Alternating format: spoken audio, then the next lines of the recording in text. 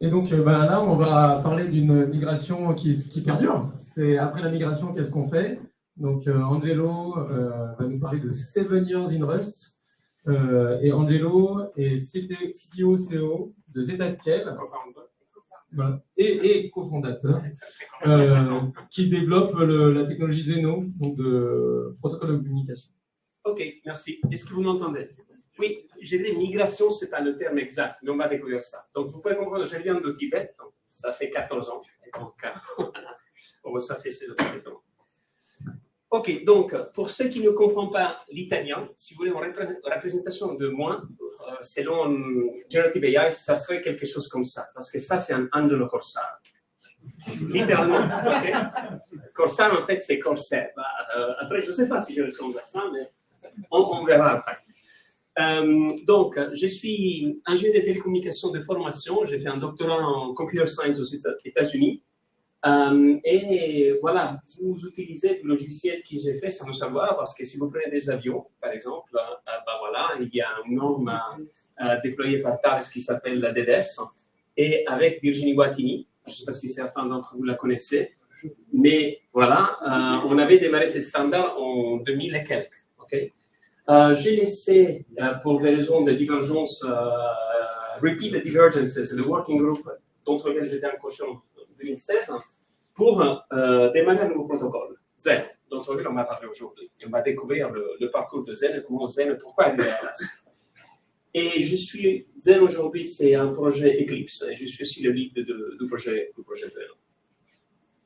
Qu'est-ce que c'est Zen? Donc, Zeno, c'est une bête légèrement différente des bêtes que vous avez l'habitude d'utiliser. J'ai vu des gens qui, dans leur transparence, utilisaient une QTT. Une QTT, c'est un exemple de PubSub. Okay? Donc, je déclare mes subscriptions, je reçois la donnée, peu importe où c'est le publisher. Et si vous pensez aux systèmes distribués, en général, vous avez besoin de gérer 3 choses. Okay? La donnée au mouvement, et pour ça, on utilise le PubSub. La donnée at rest, pour ça, on utilise les bases de données. Et pour le control plane, vous avez besoin souvent de triggerer des computations. Et bien, pour faire ces 3 choses-là, vous utilisez 3 technos différents. OK? Et en plus, un des avantages du PubSub, c'est qu'il est location transparent. Donc, je n'ai pas besoin de savoir, si je suis un subscriber, où sont les publishers.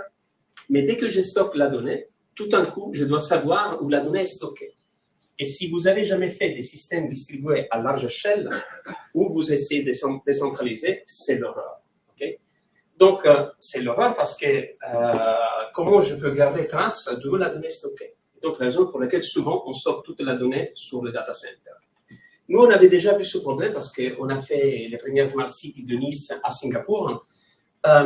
Et en particulier, ce problème, c'est assez sévère dans les base stations 5G. Okay? Je vais revenir à ça parce que ça, c'est un point clé. Donc, ce que Zen fournit, c'est un protocole asynchronous parce que c'est le premier protocole qui est arrivé à unifier Data in Motion, Data at Rest et Computation avec un système composable de 3 primitives. Et basta. Okay? Donc, le protocole, c'est assez simple. On ne l'a pas sorti comme ça dans 5 minutes, mais c'était plusieurs années de boulot. Mais le résultat, c'est assez intéressant. Okay? Et vous avez Location Transparency pour PubSub, mais aussi pour les distributed query. Donc, ça veut dire que vous pouvez stocker la donnée où vous voulez dans le réseau et utiliser les zero query pour la récupérer sans savoir où elle est. Même chose pour trigger les computations. L'autre chose importante de Zeno, on voulait un protocole capable de tourner du microcontrôleur jusqu'au serveur. Parce que si vous faites des systèmes qu'on appelle aujourd'hui Cloud to Device Continuum, mais les systèmes dont lesquels on parle, je ne vois pas le monsieur de Thales. Il le fait partout, là. Il est le monsieur qui faisait des avionics. Mais si vous regardez ces systèmes-là, okay, vous avez effectivement un continuum qui part du microcontroller et arrive jusqu'à un data center, privé au public. Même chose dans la robotique, même chose dans l'automobile. Et au jour d'aujourd'hui, vous avez besoin de mettre ensemble plusieurs protocoles pour faire marcher ça et c'est l'horreur. Donc, car notre aspiration, c'est d'avoir un protocole qui peut marcher un peu partout, on a pris comme assumption le fait qu'on devait pouvoir marcher à un niveau data link. J'imagine que vous avez un minimum de familiarité avec le stack ISO OSI. Mais donc, ça, c'est Ethernet, essentiellement. Okay? Ça veut dire quoi? Nous, on fait notre routing. Oui, et c'est un routing NDN, Name Data Networking, pour ceux qui le connaissent. Ça n'empêche que c'est un réseau à niveau net. Donc, net, ça serait IP au transport, UDP au TCP. C'est possible aussi. Donc, vous voyez, on peut marcher sur Serial, on peut marcher sur Share Memory, on peut marcher sur n'importe quoi, et on supporte un certain arrêt de transport. Il y a un transport plugin, donc je reviendrai sur les plugins tout à l'heure parce que c'était une de mes questions, pour avoir de la connectivité vers les transports différents. On supporte beaucoup de langages de programmation au niveau API et tout le stack est écrit en Rust. Okay? Autre chose importante, je vais vous poser la question de comment on fait, parce que je ne peux pas vous répondre là, mais offline, oui. Mais en tout cas, il y a de la doc, il y a des papiers, des présentations que j'ai fait à Eclipse l'année dernière. On a 5 bytes de wire overhead. Comment on fait? Protocol engineering. Si vous êtes curieux, je vous expliquerai, mais voilà, on est assez connu pour ça. OK, donc on tourne un petit peu partout, et l'objectif, c'était de tourner partout. Aujourd'hui, pas complètement en Rust. Okay? Donc, sous les cibles super petites, Arduino, ESP32, on a encore une implémentation en C. Okay? Mais le but, c'est d'avoir un Rust tourné là-bas. Je vous expliquerai qu'est-ce qu'on a fait, qu'est-ce qu'on est en train de faire. Et par ailleurs, on est déjà intégré aussi avec des targets automatiques comme AutoSAR Classic, pour ceux qui le connaissent. Donc, si vous avez quelqu'un qui connaît AutoSAR, voilà. Donc, on est un complex device driver dans AutoSAR. Voilà. Donc, maintenant, vous savez comment l'intégrer. Topologie, ça c'est un argument assez important parce qu'aujourd'hui, on fait des choses qui sont non-sensible. Et voilà, ça c'est la nature humaine des fois. Je ne sais pas si vous vous rendez compte, on parle tout le temps, il faut faire attention à l'énergie qu'on utilise. Je suis d'accord. Sauf qu'on se concentre sur l'énergie utilisée par nos devices, et après on a des devices qui sont côte à côte, par exemple dans nos maisons, qui communiquent à travers des services dans le data center. Et s'il y a des autres telecommunication engineers comme moi ici, vous savez très bien que c'est la communication qui domine l'énergie utilisée. Et donc, c'est vraiment bête ce qu'on fait aujourd'hui. Mais tout le monde s'en fout parce que les cloud providers font beaucoup d'argent. OK, voilà. Donc, tout le monde sourit. Oh, quelque chose de bizarre s'est arrivé, mais ça, c'est dans l'export de Keynote à PowerPoint. Donc, un exemple, sorry for that. Donc, dans Zeno, on peut faire du peer-to-peer on click. Donc, dans l'instruction que vous avez fully connectivity, les technos comme DNS peuvent faire seulement ça. Mais on est capable de faire aussi du mesh. Pourquoi mesh? Vous avez des réseaux tactiques qui sont des réseaux radio. Je peux communiquer en line of sight. Donc, j'ai besoin d'une autre application soit capable de faire le forwarding. J'ai des robots qui sont en train de faire du platooning. Ça serait un mesh. Mais c'est en fait, des fois, le monde il est encore plus compliqué que ça. On a des applications dans le domaine de Oceanographic Exploration, avec le centre d'exploration d'océanographie de San Diego, où essentiellement, ils sont des robots qui communiquent avec ThreadX en mesh. Il y a des autres petits robots, quasiment throwaway, qui ne sont pas assez puissants pour mesher la communication. Et donc, on être capable de communiquer en modalité client en faisant de pair avec le peer plus proche. Okay? On supporte ça. Et après, clairement, on a des routeurs logiciels qui tournent très bien sur un Raspberry Pi 3, voire 2, okay? Qui vous pourrez... Ça, c'est horrible. Désolé encore. Je ne sais pas ce qui s'est passé avec l'export, mais voilà. On n'utilise pas Microsoft dans notre boîte. Zéro. Donc, ça, c'est ce qui arrive avec l'export. Proton Mail, pour email, en plus. Et ça, c'est notre système de routage que vous pouvez déployer un petit peu partout dans le monde, si vous avez besoin de scaler sur l'échelle planétaire et peut-être interplanétaire, parce qu'ils sont en train d'utiliser ça sur un projet de communication avec Mars. Pour ceux qui connaissent Delay Tolerant Network, il y a certaines fonctionnalités qu'on peut utiliser pour faire du Delay Tolerant Networking. Let's put this in perspective. Okay? Donc, ça, c'est la topologie qui vous force un QTT. Donc, chaque fois que vous déployez un QTT, vous mettez où le broker? Dans le cloud. Okay? Donc, voilà, pensez à votre planète qui brûle. Si vous utilisez la DDS, c'est seulement cette topologie-là.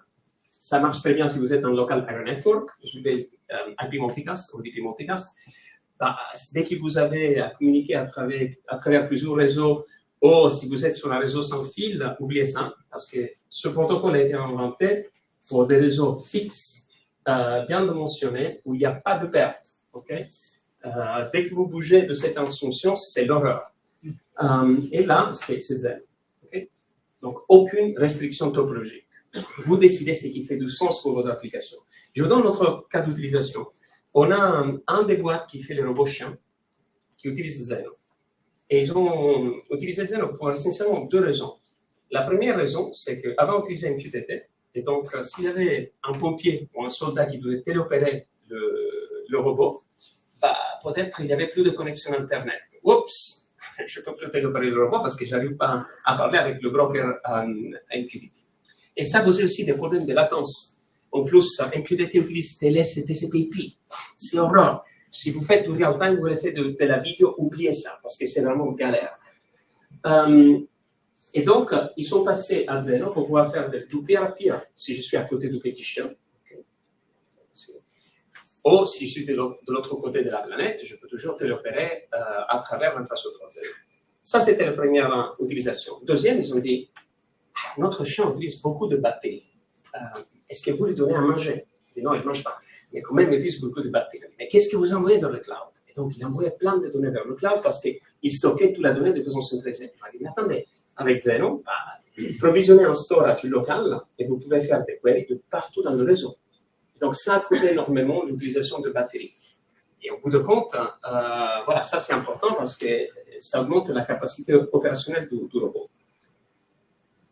Ce rapport, c'est super intéressant. Si vous êtes intéressé, vous avez besoin d'utiliser un protocole, il y a le lien, mais ça suffit de chercher, le lien est là, ça suffit de rechercher sur Internet RMW Alternate. RMW, c'est la couche de communication du framework robotique ROS. C'est Alphabet Intrinsic qui a fait cette évaluation-là. Ils ont regardé à tous les protocoles disponibles sur le marché et essayé d'identifier le protocole le plus adapté au système de robotique de prochaine génération. Et c'est Zen. Regarde, Zeno s'est fait sur le plateau de Saclay, j'avais oublié de vous dire ça, à côté de Centrale Supélec, c'est là que nous sommes. OK, donc très intéressant. En plus, tous les pôles sont ouverts parce qu'ils ont fait ça de façon assez transparente, donc il y a beaucoup de useful insights. OK, performance. Et ça, c'est intéressant parce que j'avais fait quelques remarques sur la 5, et après j'ai débattu avec quelques autres camarades, donc pardon, oui, il y a des autres façons de faire avec des coroutines et des channels.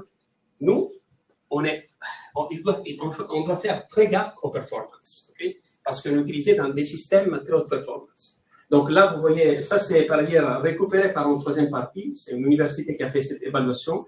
Ils ont comparé Zeno en peer-to-peer, publisher-subscriber, un routeur au milieu, l'ADDS, MQTT, Kafka. Et ça c'est logarithmique, okay? Et sur un réseau 100 gigas. Hyperf donnait environ 70 gigabits par seconde, et nous, au pic, on est à 69 gigabits par seconde, avec des latences qui vont modalité de default à 10 microsecondes, et si vous habilitez le transport ultra low latency, c'est 6 microsecondes. Donc, j'espère que, voilà, le gars avec lequel j'ai débattu, maintenant on comprend pourquoi on est limité, OK? Voilà. Dans notre router, on a un système de plugins, et là, je reviens au Joy of FFI, où on est capable de charger et faire du provision, un peu partout dans le réseau, des connecteurs vers des protocoles troisième partie ou des bases de données. Okay? Parce qu'on n'implémente pas la base de données, on fédère les bases de données. Donc, vous prenez un file system, in-memory, RocksDB, InfluxDB, MariaDB, vous les lancez dans un système distribué, et tout d'un coup, vous pouvez stocker des informations différentes et faire des queries de partout sans savoir où les données sont stockées. Okay? Donc, ça, c'est des plugins, et ces plugins sont écrits en Rust, pour des raisons de safety, mais après release comme library. Et on va revenir, parce que c'est des dynamically loadable library. Et on va parler de ça, OK, tout à l'heure. OK, so who is using it? Robotics, énormément. Donc, surtout dans tout ce qui est robot mobile. Donc, on est considéré comme le meilleur protocole pour la robotique et le protocole le plus aimé par les roboticiens. Ça, c'est toujours dans le rapport que je vous avais montré tout à l'heure. Dans l'automotive, il y a une recommandation ITU très intéressante parce qu'ils ont regardé tous les protocoles disponibles sur le marché et vu quel était le protocole qui pouvait mieux supporter les cas d'utilisation des applications automatiques. Et c'était Zen. Okay? On a utilisé ok, ça on s'en fout. Dans le Software Defined Vehicle, donc on est parti d'Eclipse SDB, mais en particulier, on est parti du framework uProtocol. Donc uProtocol, malgré il y a le nom protocol dans le nom, ce n'est pas un protocole. Et qu'est-ce que c'est uProtocol? Donc uProtocol, c'est un framework qui a été fait par General Motors, essentiellement pour créer une abstraction dû au fait qu'avant Zeno, il n'y avait pas de protocole qui pouvait aller du microcontroller jusqu'au data center. Donc, ils avaient fait cette couche pour abstraire et donner aux développeurs d'applications automatiques un seul API pour tout gérer. Ils ont open sourcé ça parce qu'ils essaient de faire le framework de référence pour les SDB de prochaine génération. Et quand ils ont découvert Zeno, ils ont dit on va le plugger à la base parce que c'est le protocole qui nous donne la possibilité de couvrir nos cas d'utilisation end-to-end. Et il y a une présentation online sur YouTube, si vous faites une recherche, par un chief architect de GM qui explique leur process de sélection et pourquoi ils ont choisi Zeno. Okay? C'est très intéressant.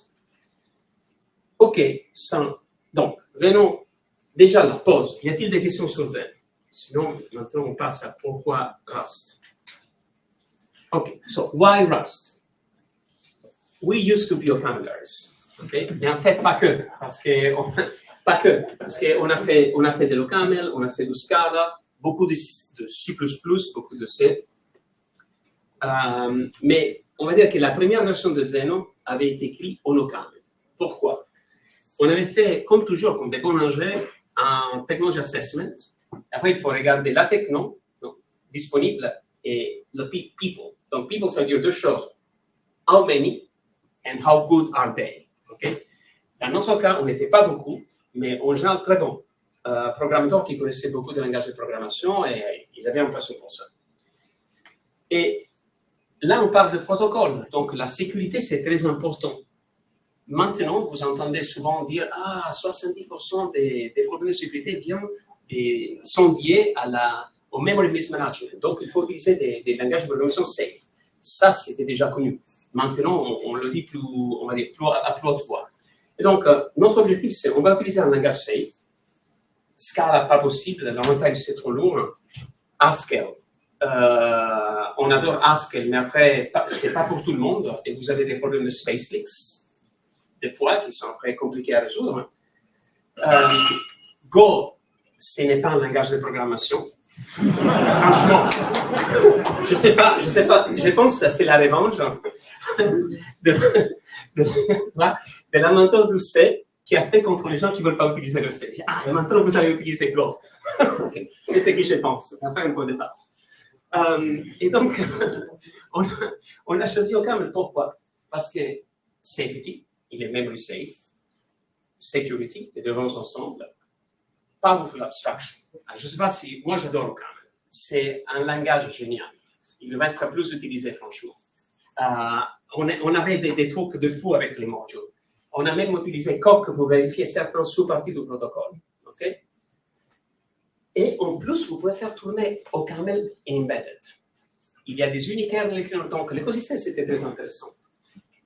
Et quand j'ai écrit, OCaml still ranks very high in our hearts and our minds. Okay? Parce qu'on s'est dit, qu'est-ce que c'était beau. Et voilà. Donc, pourquoi you have goosebumps, don't you? La chair au poule, on dit comment? La chair de poule. OK.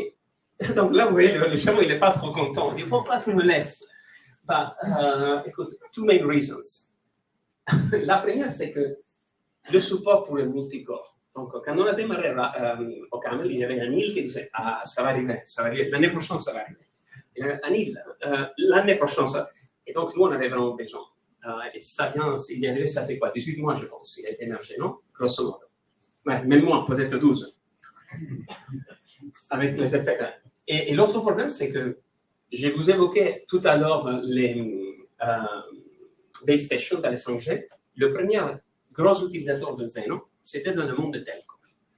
Qui, déjà, il parlait parce qu'il voyait, il disait, ce groupe de fous français. Moi, je ne suis pas français d'origine, mais voilà, j'adore la France. Donc, ce groupe de fous français qui utilisent OCaml, c'est un langage que personne ne connaît.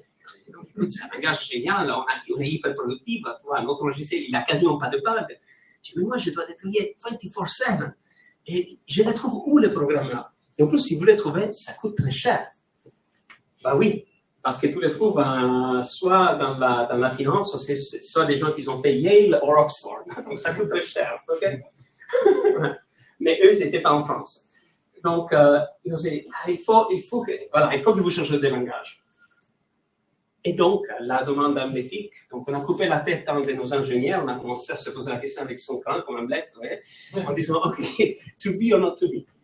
Donc, eux, ils poussaient pour deux langages, C++ ou Go. C++, j'ai dit, bah, écoutez, non, parce qu'on a beaucoup, moi, j'ai écrit, donc on a parlé tout à l'heure, j'ai écrit, en fait, un des premiers compilos, c'était un compilo pas runtime, real-time Java, c'était tout écrit en C++. Ça a fait voler le premier UAV Boeing en 2003. Donc, je connais C++ inside out, je le respecte, bah non, ok? Donc, donc, eux, ils poussaient pour Go. Go, c'est simple. Il faut passer sous mon corps mort plusieurs fois pour vous assurer que je suis vraiment mort, ok? Parce que, non. Et donc, on a leur proposé, bah, on va réévaluer Rust. Parce qu'on avait déjà regardé Rust en 2015, et il y avait cette phrase qu'on utilisait. Utiliser Rust en 2015, c'est comme donner ton kidney, ton rein, voilà, pour pas avoir un garbage collector. Okay? Donc, on avait dit non. Et là, en 2000, c'était jusqu'avant la release de l'édition 2018. Donc, tout le compilo et le check pour l'ownership, ça marchait beaucoup mieux. Et là, on a dit, OK, Rust, soit Rust. On a dû les convaincre en Rust. Le résultat, c'est que maintenant, eux, sont entre les plus gros financeurs du langage Rust. Okay? Donc, je pense qu'on a fait une bonne action d'une certaine façon. Donc, pourquoi Rust? Je vais aller vite fait parce que ça a été plus ou moins couvert, mais pas tous les aspects. Donc, Memory and Concurrency Safety, yes. Et donc, il y a une réduction de 70% de security issue. Je n'étais pas là ce matin, mais par contre, personne n'a nommé deux choses. La première, c'est aux États-Unis, le DOD, en fait, la NSA, ça fait 18 mois, grosso modo, a fait une communication invitant tous les system integrators, donc Lockheed Martin, Raytheon et leur écosystème, à passer vers les langages safe.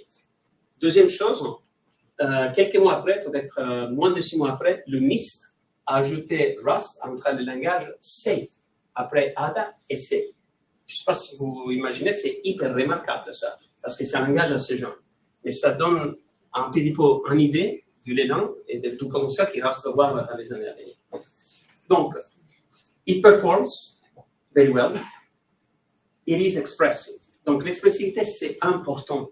Nous, comme programmateurs, on n'est pas des coding monkeys. On est des philosophes. Okay? Ben oui, mais c'est comme ça. Oubliez les monkeys. On est des philosophes parce qu'on modélise, on crée des abstractions. Et on crée des abstractions qui sont composables. Le meilleur code, c'est le code que vous n'écrivez pas. Donc, moi, je compte les lignes qu'on n'a pas. Dès que je vois le slot grossir, je dis, OK, il y a un Mr. Copy and Paste. Et j'ouvre une parenthèse. J'ai travaillé, je ne dirais pas qu'il voit, mais je suis arrivé, je faisais première chose, OK, je suis comme Saint Thomas. C'était une boîte où ils pensaient que les ogladés ne font pas de code. C'est comme 5 kilos, je n'opère pas. Donc, allez, montre-moi le code. Et donc, il y avait, oui, on te montre le code du programmateur le plus productif. Je regarde le code, c'était du copy and paste. Donc, trop de lignes de code, vous avez des problèmes d'abstraction. Franchement. Okay? Tout notre protocole fait 56 000 lignes de code. Pas 250, pas 1 million. Et il fait, OK? Donc, le meilleur code, c'est le code que vous n'écrivez pas. Et si vous écrivez trop de code, vous n'avez pas bien réfléchi. C'est ce que je pense. Franchement. OK? OK. Very expressive, powerful macro system, je suis absolument d'accord. Donc, ça, c'est quelque chose que tout le monde use, des fois abuse. Runs on microcontrollers. On avait testé ça en 2017. C'était très immature. Ben, ça progresse. Pour ceux qui ont des questions, j'aurai pas mal d'infos aussi sur ce moment-là. Et last but not least, asynchronous programming.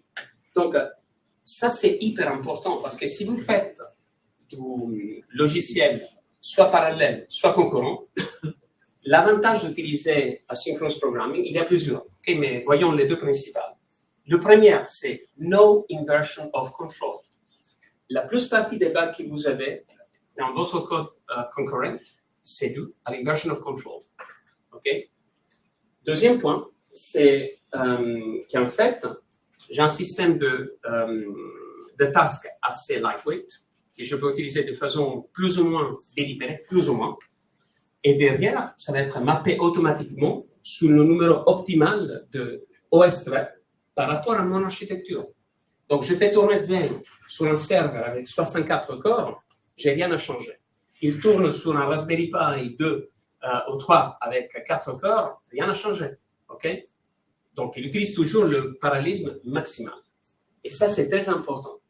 Donc, pour nous, c'est essentiel. Et en plus, en venant avec un fort background dans les langages fonctionnels, comme vous avez le Function Reactive Programming, ça s'appelle comme ça parce que ça vient en fait de tout le monde Haskell. Et après, tout le monde a plus ou moins copié ça dans les différents écosystèmes. Donc, juste pour vous donner un exemple. Ça, c'est l'exemple d'une application Zen. Okay. Et par ailleurs, on a une API synchronous et asynchronous, donc on fournit les deux. Donc là, vous voyez, on ouvre une session, await. Okay. Donc là, il y a du pattern matching, comme on fait dans un langage fonctionnel. Donc ça, c'est assez familier. Ça, c'est un type result, comme vous avez dans Dumpling. Donc tout ça, c'est, on a des fluid interface, parce que là, je suis en train de faire une publication sur cette ressource, avec cette valeur, avec cette priorité, et après await. Donc c'est assez lisible. Okay? Là, clairement, il n'y a pas de... Donc la partie encore plus intéressante, ça va être la subscription, où en général, vous avez... Oui, ça va bien. Ça, c'est l'API synchrone. Donc, à la place d'await, on utilise wait pour avoir aussi une façon, d'abord, juste parce que vous remarquez. Quand vous voyez ça, put, clairement, ça retourne un builder. OK? Et donc, le builder, vous pouvez le décorer avec différentes possibilités. Donc, ça peut être de la priorité, congestion control. Et c'est soit le wait ou the wait qui trigger l'exécution avec le builder que vous avez créé. Mais tout ça, il est caché. L'avantage d'utiliser des API comme ça, c'est que notre API est stable. On doit ajouter quelque chose, mais on l'ajoute au builder. Et donc, il n'y a pas de backward incompatibility. Okay? Et donc, c'est pour ça qu'ici, il y a le wait. Okay? Même prélude, vous choisissez, et après le main change parce que vous n'avez pas besoin d'avoir la rotation soit pour la 5 STD, soit pour token. Regardons le subscriber. Donc, ça, c'est un exemple d'un streaming subscriber. Donc, ça, c'est la subscription que je vais faire. J'ouvre une session. Là, j'ai fait un unwrap, en fait, un wait. Je déclare mon subscriber. OK? Et ce que j'ai derrière, c'est un string. Il y a un string de 3. Future samples. Et je peux opérer sur ça comme si c'était tout à fait un itérateur de n'importe quel type. Donc, j'ai un while left. OK? Receive async, await. Donc, il n'y a aucune inversion of control. Donc, imaginez un système avec des callbacks. Debugging callbacks, c'est un help. Et comprendre la sémantique, quand vous avez plein de callbacks, c'est très compliqué aussi. Donc, on aime bien l'async aussi pour nos API, parce que même là où il y a de l'inversion, vous avez la possibilité d'avoir essentiellement du code qui c'est complètement séquentiel, malgré qu'il n'y a rien de séquentiel. OK? Make sense?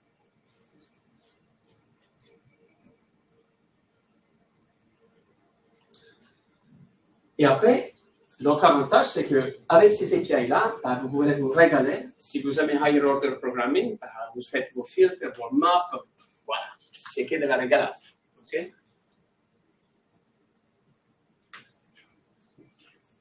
Et donc, pour revenir à certains des commentaires qu'il y a eu tout à l'heure, parce que quelqu'un posait la question, donc pour migrer vers Rust, c'est mieux pour les programmateurs C, C++ ou les programmes Python? Aucun des deux. Parce que ça dépend. Donc, un programmateur C, C++ comprend le système. mais il va potentiellement jamais vous écrire du code comme ça, parce qu'il n'a jamais fait de l'OCaml ou de l'Haskell. Okay? Peut-être qu'il va y arriver, mais il va faire souvent que du code impératif, qui c'est plus compliqué à comprendre des fois. Okay? L'avantage du code déclaratif, ça, là, c'est clair qu'est-ce que j'ai fait. Donc, filter, et ça c'est le predicate avec le filter, je récupère toutes les choses ou les coding string, et une fois que je récupère ça, je map, et c'est sûr que j'ai décidé la payload. Okay? Imaginez faire la même chose avec des loops. En fait, avec des callbacks en plus. S'il fallait, faites la même chose avec un système qui vous donne des substrates avec callback. Vous faites comment ça? C'est l'horreur. Imaginez par moment ensemble. Donc, selon moi, donc ça c'est par rapport au programmateur C++. Le programmateur Python, donc il va avoir un peu plus peut-être, s'il y a un bon programmateur Python, les aspects hierarchy programming, parce qu'ils ont été dans Python, ils sont plus populaires en Python, malgré qu'il y a aussi maintenant C++, mais il va manquer un peu de la partie système. Donc, selon moi, quelqu'un qui a aussi un background de programmation fonctionnelle et programmation de système, c'est le candidat idéal pour migrer après vers Rust et l'utiliser au mieux. OK. Is it all joys? Donc, c'est clair, la réponse c'est non. Et démarrons par le framework Async. Donc, nous, on a démarré l'utilisation d'Async tout de suite, parce que pour nous, c'était essentiel. Et là, il y avait beaucoup de rough edges. Donc, on a dû écrire plein d'abstractions, condition variables, par exemple. Il n'y avait pas de condition variables. Il y a un style de débat. Tant que vous avez les notifications, il y a un style de débat autour de ça. Et donc, on a dû développer plein de librairies qui sont dans Zeno pour notre propre consommation. Okay? Donc, ça, c'est la première chose. On avait évalué Async-std et Tokyo, et vis-à-vis de la latence, et surtout vis-à-vis du déterminisme sur iLoad, Async-std, c'était beaucoup, beaucoup mieux de Tokyo. Et donc, on est parti sur Async-std. Et vous avez vu le résultat. Okay? Le résultat, c'est que Tokyo, maintenant, domine l'écosystème. Il est backed up by Amazon. Il y a de plus en plus de frameworks qui utilisent Tokyo. Et là, pour nous, ça devient de plus en plus compliqué. Parce que vous pouvez mélanger runtimes ou executor, mais tout d'un coup, vous ne contrôlez plus facilement le numéro total de traits. Et pour nous, c'est très important. Et donc, là, on a réévalué Tokyo, on a bougé vers Tokyo, on a fait quelques PR, on a encore quelques issues ouvertes, parce qu'il y a encore d'autres choses où on n'est pas trop content. Mais ça, c'est pour nous un des gros problèmes. Pourquoi? On aimerait bien avoir un executor qui fait partie du langage. Pourquoi? Parce que déjà, tout l'écosystème, ça serait concentré idéalement sur un executor. Et deuxièmement, là, je donnais un exemple tout à l'heure, on est en train de porter Zeno sur QNX. But guess what? Il y a un compilo, et après, tu dois porter Tokyo. Et Tokyo, ça coince dans certaines librairies, donc c'est nous qui devons porter. Donc, c'est embêtant. Et l'autre problème, c'est que vous avez vu dans la publication, on faisait une publication avec une certaine priorité. Donc, dans Zen, on fait du priority scheduling. Après, les tâches, on les schedule comment? Donc, on a fait une extension real-time de Async-std, mais c'est la nôtre. Donc, il y a quelques petits gaps. Mais voilà, ça c'est les directions où on aimerait bien peut-être aller. On a fait aussi une extension pour avoir de la guided execution. OK, je ne vais pas vous raconter parce que sinon on va perdre trop de temps sur ça. OK, futures. Futures are not free. They cost, yeah, hello. I get it. I'm almost done. Non, mais j'adore blaguer, c'est la nature italienne. En plus, après, hier soir, tu vois, t'imagines le coup de stress hier soir pour un Italien? Oh là là. Donc, oui, futures are not free. Faites gaffe, parce que chaque fois que vous avez des futures, et vous avez un fonction à 5 qui appelle en fonction à 5 qui appelle en fonction à 5, votre stack va grandir.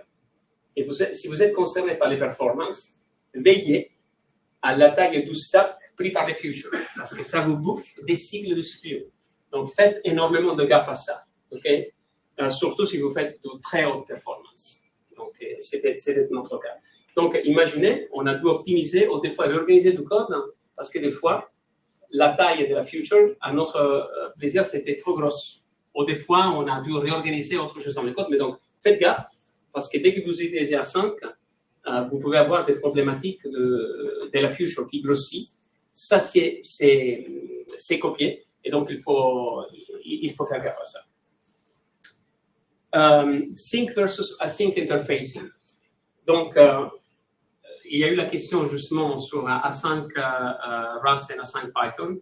Le gars qui a fait l'extension, je pense qu'il n'était pas encore mergé, pour avoir de l'A5 Rust qui map sur de l'A5 Python, bosse chez nous.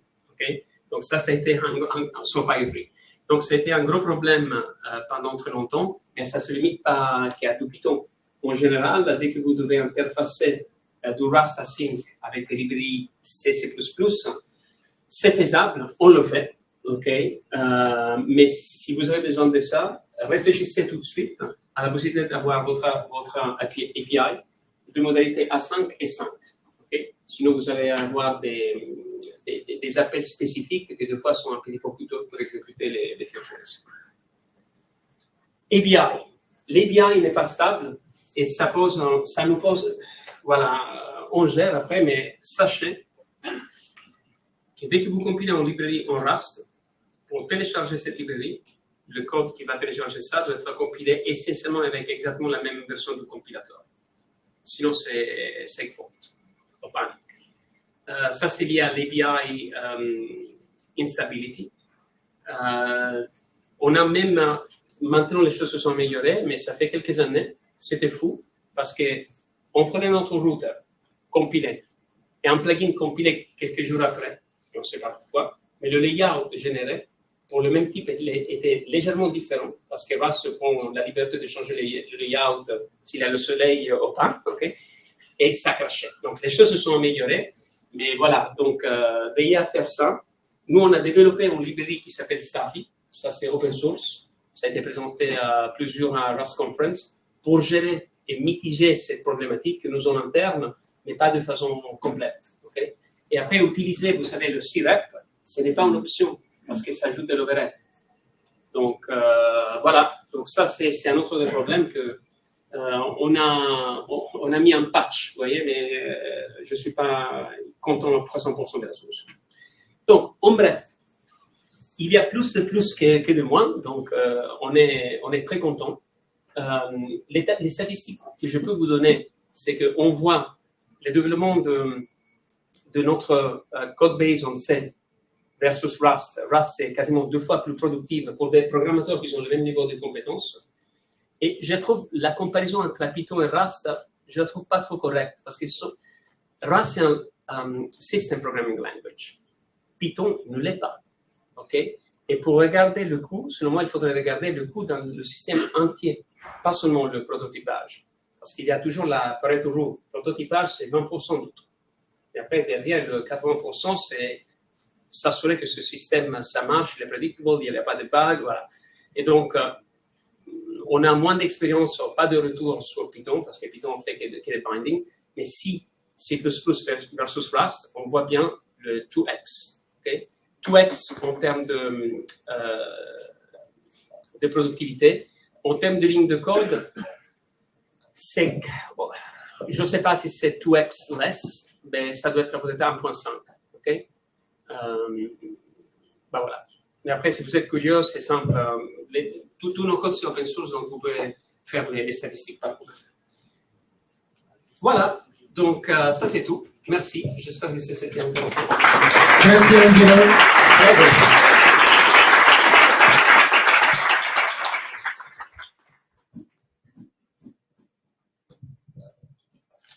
Bonjour, merci. C'était super.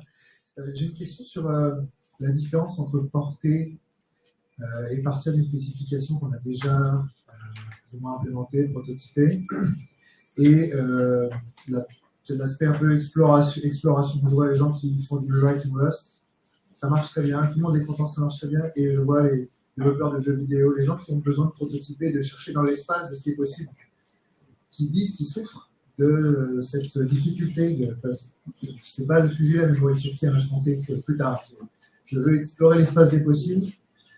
J'ai quelqu'un d'expérimenté en Rust devant moi, et je pose la question, l'aspect prototypage, il n'est pas un peu dur en Rust? C'est pas plus difficile qu'avec un langage plus lâche? Donc, ça dépend de ce que tu fais. Donc, dans notre cas, notre workflow, c'est toutes les nouvelles features dans le protocole, on implémente en Rust. Pourquoi? Parce que c'est plus rapide pour nous. On peut faire une caractérisation des performances. Parce que caractériser les performances en Python, pour nous, c'est pas possible, c'est irrelevant. Donc, nous, on n'a pas de choix. Donc, on est très content d'avoir du Rust. Parce que faire la même chose en C++, on prendrait plus de temps. Mais pour savoir la performance, c'est pas forcément nécessaire de faire toutes les désallocations, de se poser la question de la memory safety pour savoir si le code va être performant au cœur de est-ce que du C++ ou n'importe quelle variable un peu plus bas niveau qui permettrait de je sais où je vais, je sais mesurer des cycles, je ne me pose pas la question de la memory safety, c'est une histoire de performance justement.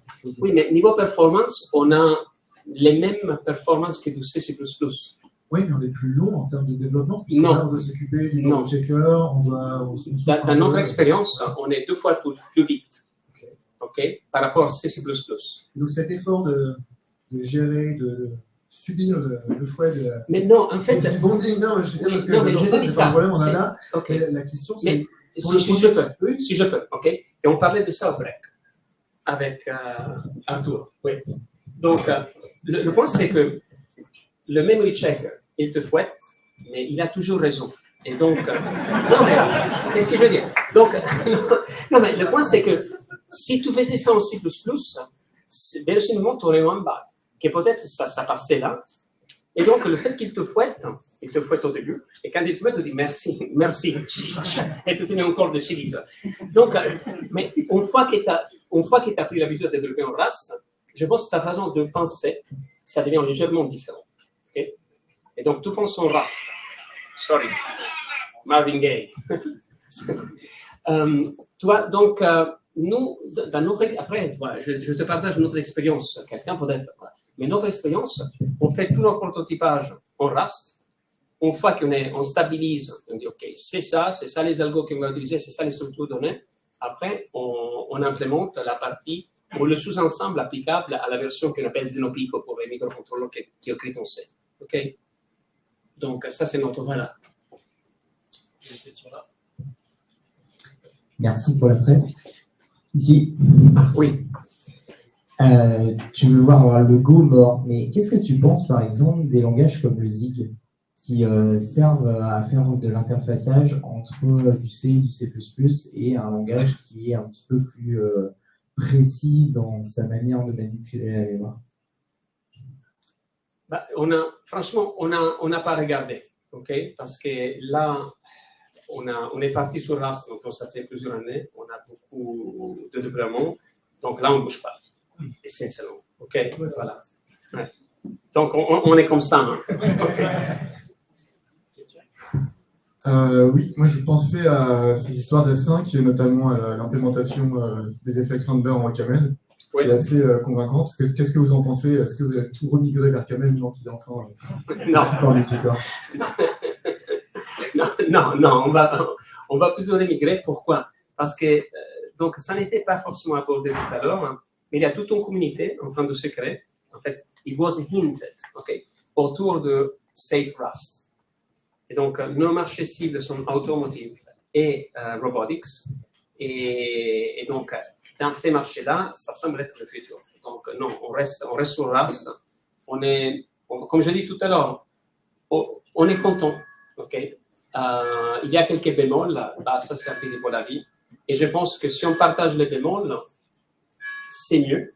Parce que peut-être les gens ne sont pas encore là. Ils entendent et disent ah oui, et donc si tout le monde se plaint de la même chose, on peut aider à aller dans la bonne direction. Oui, bonjour, merci pour la présentation. C'est intéressant de voir quelqu'un qui a de l'expérience de plus de 6 mois, contrairement à moi. Parce que c'est vrai que moi je fais beaucoup de Python, je suis tombé amoureux de Rust et voilà, je partage complètement tout ce que vous dites. Ma question est en 2 parties. La première, c'est vous avez vu du coup Rust évoluer et vous avez décidé de le prendre au début quand, pour le coup, il n'était vraiment pas mûr. Je ne sais pas c'était quelle version, la première version, mais je sais que ça a beaucoup bougé. C'était 2015.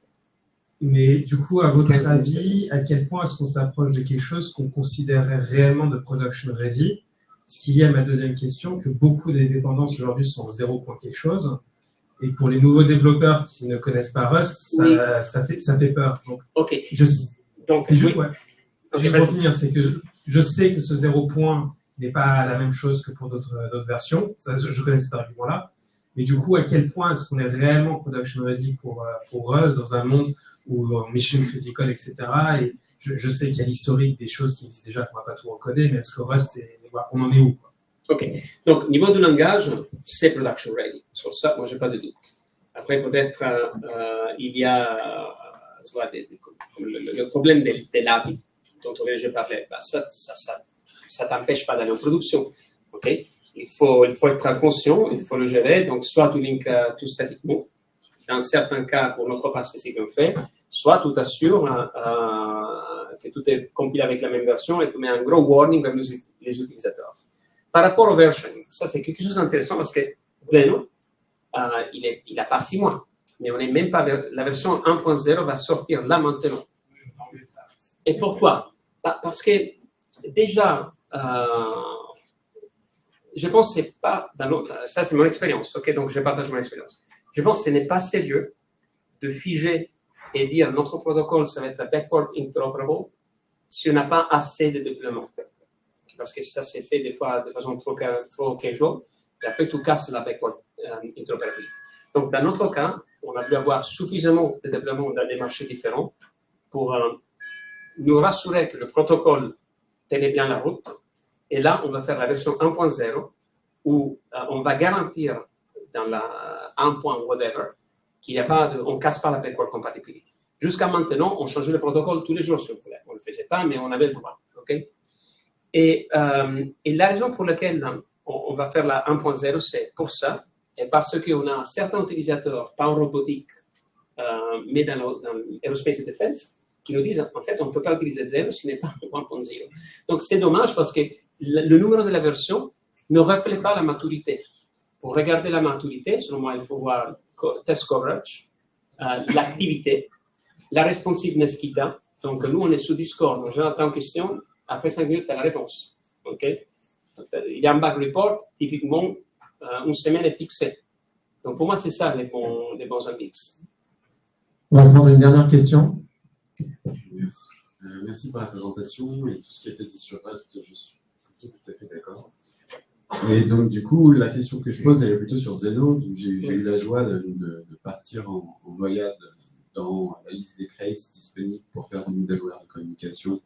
Et il est vrai que beaucoup de choses sont immatures éventuellement, l'analyse de code est longue. J'ai regardé Zeno, évidemment, qui est ressorti parmi les préférés, et je me suis rendu compte qu'il y avait un écosystème de plugins absolument vertigineux, avec un niveau de maturité un peu questionnant. Et du coup, est-ce que tu peux me dire quel Zeno je dois prendre pour pouvoir faire des tests? Donc, les plugins, bonne question, parce qu'il y a des plugins qui sont contribués. Ils ne sont pas tous. Donc après, où on s'assure que les plugins marchent, c'est dans notre plateforme, parce qu'il faut quand même faire un petit peu d'argent. Okay? Mais le corps de la techno, il est stable. Pour les plugins, donc, rule of thumb, le plugin qu'on maintient de façon proactive, c'est le plugin pour ROS2, le plugin pour DDS. OK. Mais tu as utilisé le plugin pour DDS? Bientôt. Ok, donc celui-là on le maintient, voilà. Le plugin sur YouTube. Pardon? Il n'est pas rappelé sur le C++. Oui, parce qu'on a aussi une implémentation C. Donc Cyclone, c'est aussi nous. Si tu connais Cyclone DDS, c'est aussi nous. Ok. Le plugin qui est par exemple là, on maintient, voilà, mais ça marche sur le pass, c'est le plugin S3, par exemple. Okay. En toute transparence, parce que c'est dur de donner à manger à nos enfants avec l'open source.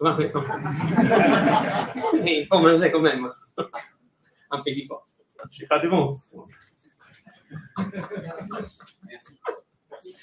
Désolé pour les blagues, mais voilà.